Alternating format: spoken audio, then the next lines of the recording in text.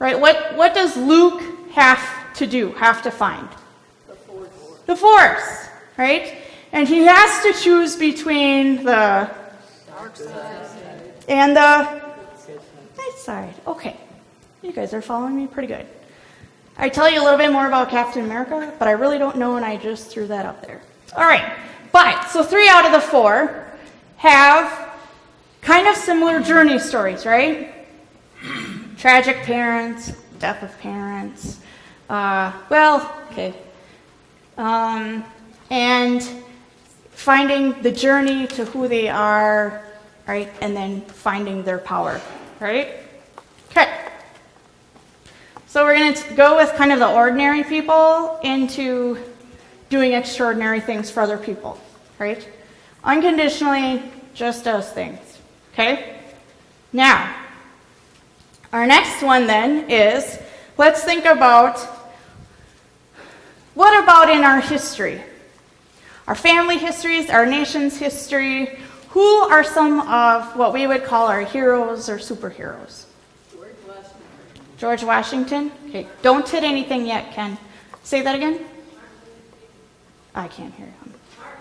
Thank you, Martin Luther King. Okay, and Abe Lincoln? Teddy Roosevelt. Teddy Roosevelt? Harry Truman? What about some of our, what about people, since my theme lately has been about World War II. We've had some people in World War II, right? Those who worked against the Nazis, those who were working for the Jewish communities.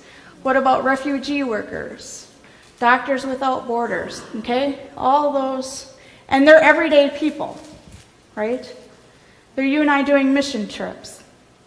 They're you and I helping people. All right, so let's go ahead, Ken, if you can click. Okay. Ooh. Okay, who's that? That's our Martin Luther King Jr. Our next one. Do you know who this is? Who is that? No, same era. That is Dietrich Bonhoeffer. And we'll talk about Dietrich Bonhoeffer in a moment. Okay, our next one. Okay, I should have blown that one up a little bit bigger.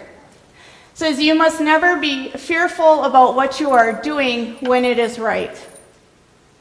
Think civil rights movement, think the bus. Rosa Parks, okay? And then our next one. I don't know if you guys will get this individual either. Again, World War II.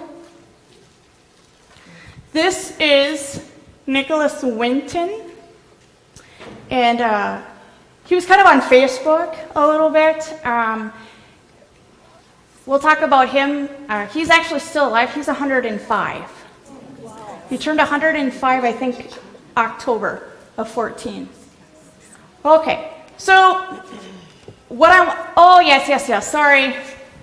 Okay, and Jesus. Okay, so we are talking about ordinary people doing extraordinary things in the face of great conflict, doing things that are unpopular, right? Martin Luther King and Rosa Parks during the civil rights movements. Okay? All right. And then I'll tell you a little bit about Dietrich Bonhoeffer, Nicholas Winton. All right. I move my slides so I remember what I'm saying. All right. So Dietrich Bonhoeffer, he was a Lutheran pastor and theologian, and he was also a Nazi resistor. Yeah, go ahead and put the pictures up for me. Your first one is when he was a young. Okay, go back. Take the last one off. Okay, so just a little teaser. So Dietrich Bonhoeffer. This is a young picture of him. He was comes from quite a wealthy family. Loved music, played music. Knew that he wanted to be a Lutheran pastor. Like he has so many degrees, it's ridiculous. But he was a theologian, and as he came into his own right in understanding what Christ called people, he really dug into the Bible and really felt that, it's about being called by Christ and what it means to be called by Christ. And he early on, recognized that Hitler was like just an icky dude. Realized really early on. Okay, go ahead, Ken. We are not to simply, oh, that one didn't come up very well. Sorry. Oh. Okay, so even mine. We are not to simply bandage the wounds of victims beneath the wheels of injustice. We are to drive a spoke into the wheel itself. Okay? So early on, I mean, and we're talking a guy who's like late 20s, early 30s. I mean, this is, he wasn't older. Okay, and go to my next one. Okay. He also believed that the Lutheran Church was not doing enough to go against Hitler. And there's all these things about how he tried to tell them and say, look, this guy's icky, you got to stop following him. Like, he's not the guy that we should be following. This is not where the church needs to go. And the church, we need to make a stand, because if we don't make a stand, who will? Christ didn't call us to put somebody else on a pedestal. Christ called us to be followers and to follow Christ alone. I don't know if you just try blowing up some of these things. I try to make them as big as possible. The first service that one owes to others in the fellowship consists of listening to them, just as love of God begins with listening to his word. So the beginning of love for our brothers and sisters is learning to listen to them. And a lot of that also was being able to listen to one another within the fellowship as Christians in the Lutheran Church. Okay. So Dietrich Bonhoeffer is our guy. Go ahead to the next one. The church continued to support Hitler and tried to silence Bonhoeffer. Like, they tried to move him around. They got him in so much trouble. Like, they did not like this guy. He was what I would call like the rebel rouser. Okay, so they're trying to get rid of this dude. Like, Bonhoeffer's in so much trouble. But even through, his whole family was in on this. Like, it's not just Dietrich. Like, his parents were just amazing. Like, they would, when he was in hiding, they came up with code and would send letters, and it was like the whole, all the family knew that what was happening wasn't good. And his sister, I think it's his twin sister actually, married a Jewish man. So all along, they're trying to also keep the sister and brother-in-law safe as things are progressing through World War II. Okay, so he was never deterred. He just kept on going. It was crazy. Okay. Silence in the face of evil is itself evil. God will not hold us guiltless. Not to speak is to speak. Not to act is to act. Okay. So okay, we'll stay on this one for a second. So what ends up happening is Dietrich finally, he'd been arrested a couple times, okay? There were certain things, you couldn't even do in the church. So there's certain things you couldn't say in the church. And a couple of the people who were followers who were other Lutheran pastors said, the Lutheran church is wrong, we're all standing up. And in every church service, there would be people from the Gestapo in the service, okay? To make sure that the money was going where the money was supposed to be going, right? Back to Hitler, that they didn't say those specific things. Well, they would just get up there and say them anyways. So you've got these guys being arrested left and right. And Bonhoeffer finally was kind of enough is enough. And he was actually imprisoned for being a conspirator in an assassination plot against Hitler. He died in April. They tried him and they convicted him, and he was executed on April 9th, 1945. And it's like 3 weeks before that concentration camp was saved by the Allies. So here's an ordinary guy, knew that in the way that Christ has called to follow and to love, he tried to convince the church and people that their job was to follow Christ, not Hitler, and to stand up for what they knew was not okay. All right. Second guy, Sir Nicholas George Winton. I love this guy. Okay, so if you guys want to know more about this, there's this awesome Netflix documentary called Nicky's Family. I found it on Netflix, so if any of you have Netflix, or show your grandparents Netflix. Or show your parents Netflix, too, for some of our kids. Mine can find it in a heartbeat. Okay, so Sir Nicholas Winton, go ahead. Yep, go ahead. All right, so there he is in the younger stages, and I'm trying to think what year that is. I'm thinking like early 2000s. I can't remember the date on that one. Should have wrote that down because my memory stinks. All right, next one. All right, so here's a guy. He's a banker. He's working in Prague. Not a banker, he's a broker. Okay, he's working in Prague, minding his own business. He's supposed to go on this skiing trip. And his buddy calls up and says, hey, I need some help with the Jewish welfare, in the Jewish welfare work. Can you come help me? And he says, sure, why not?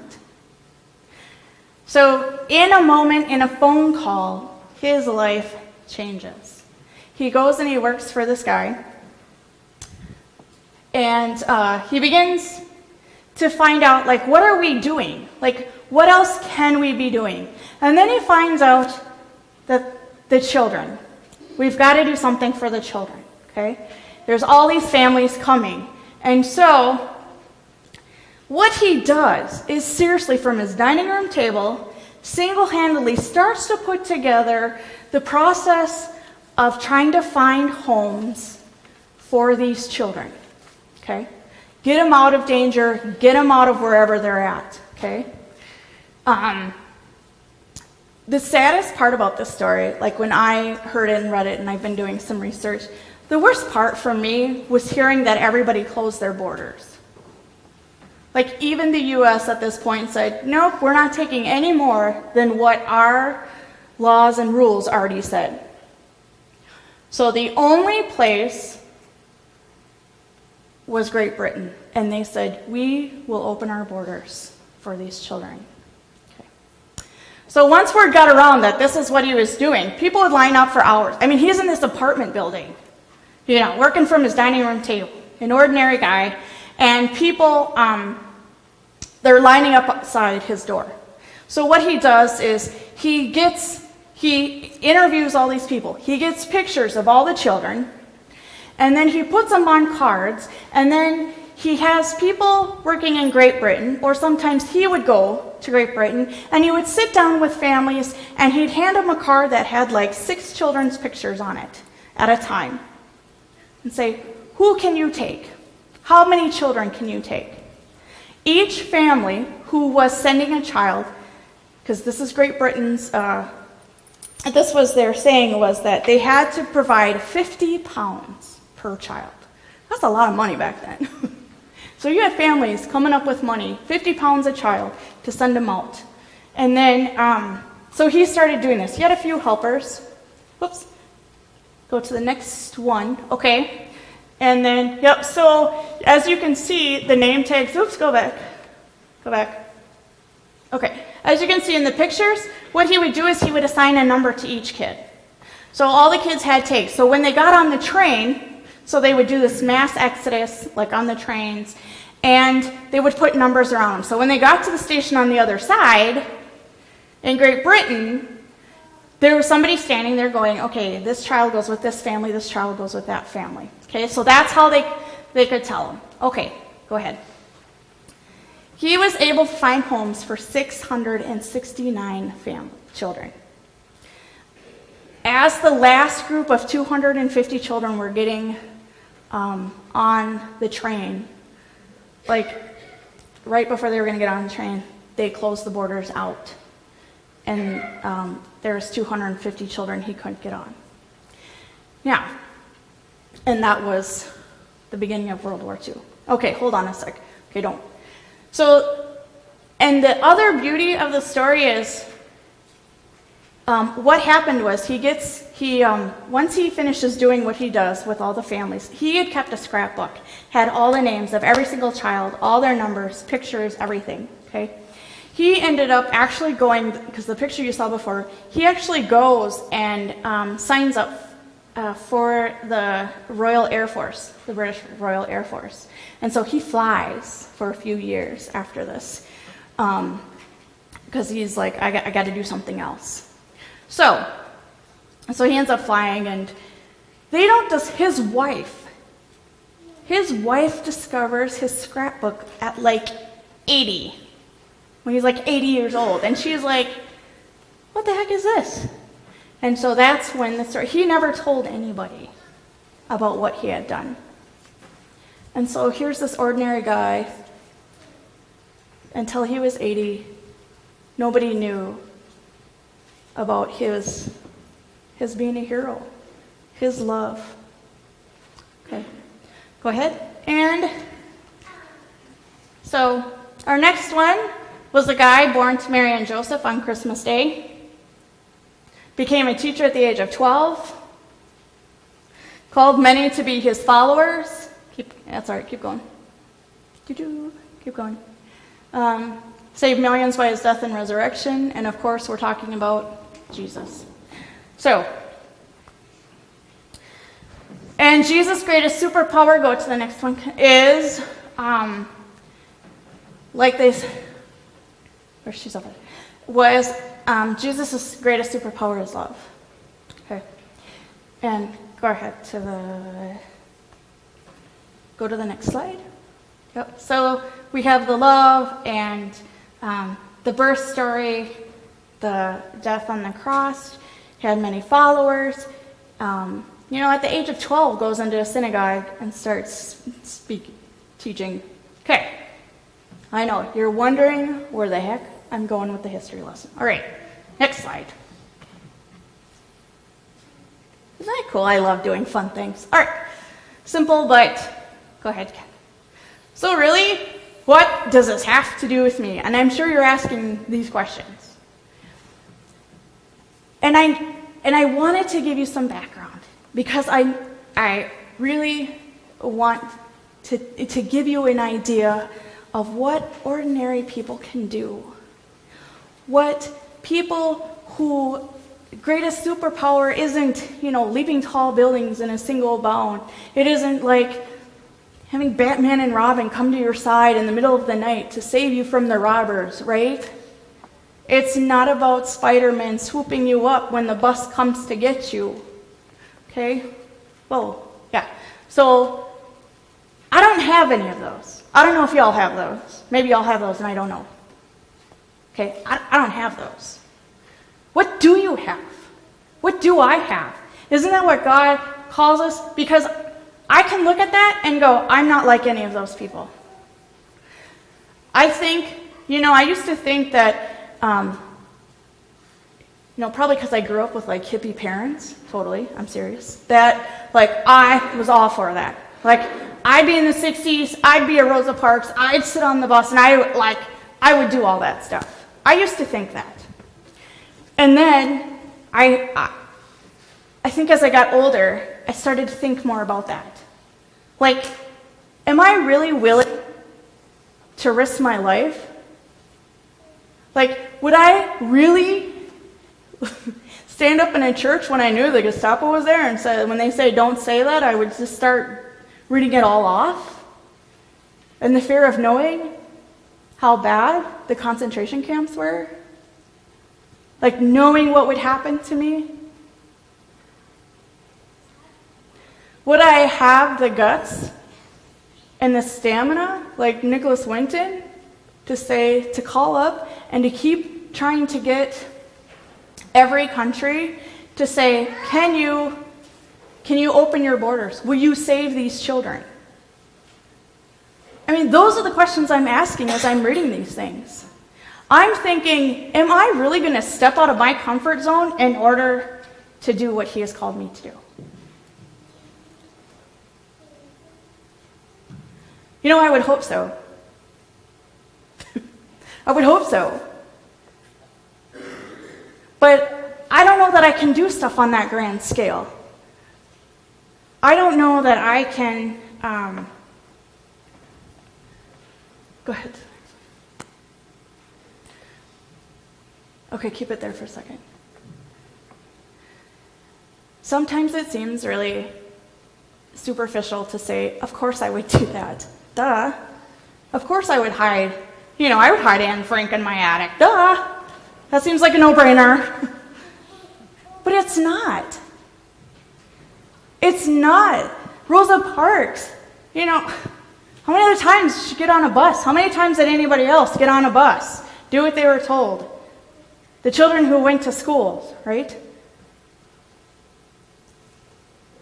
How many people around the world today are worshiping in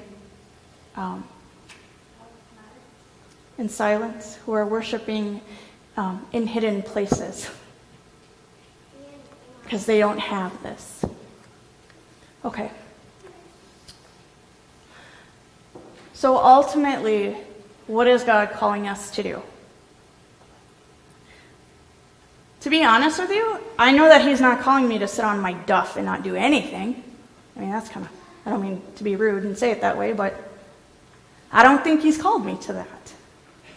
He hasn't called me and gotten me this far so that I can stand around and go, now all of you, when you leave here, you guys go take care of the sick and hungry, and you guys go sit at deathbeds, and you go out and make sure that widows and orphans are taken care of. He's asking me to do that. He asks each and every one of us to sit on the sidelines and ask that question.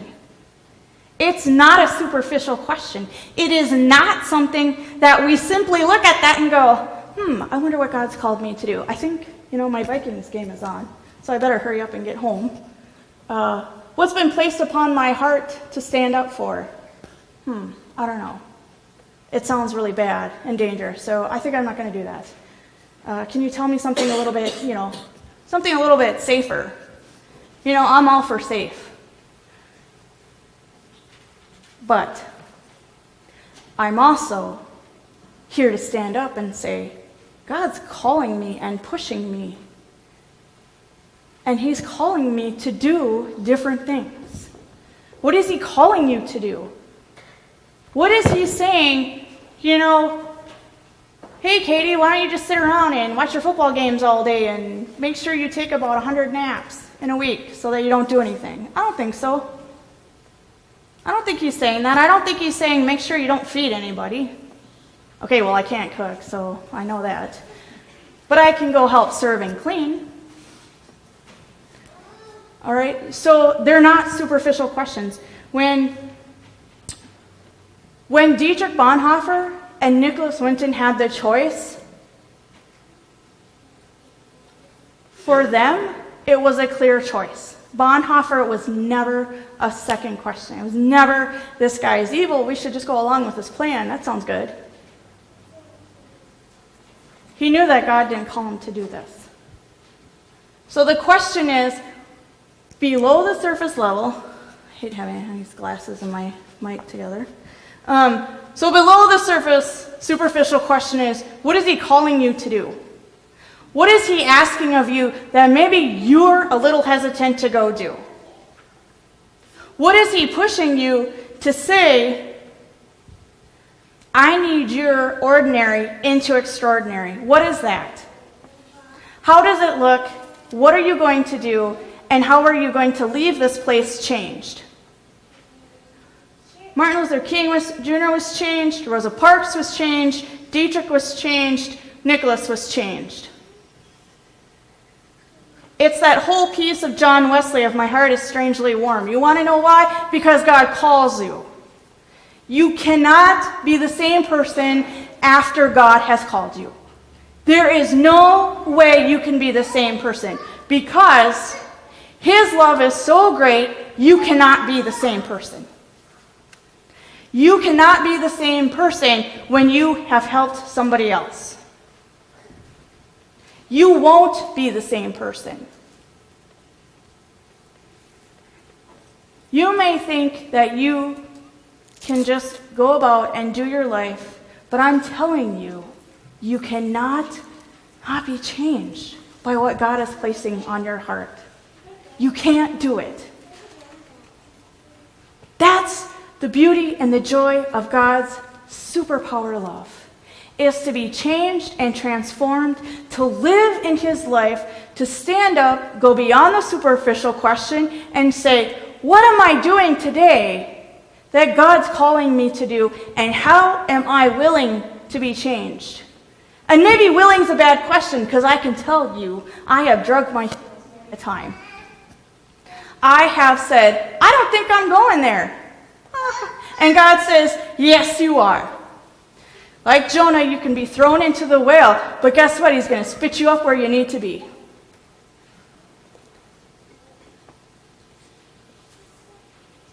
What has God called you to do?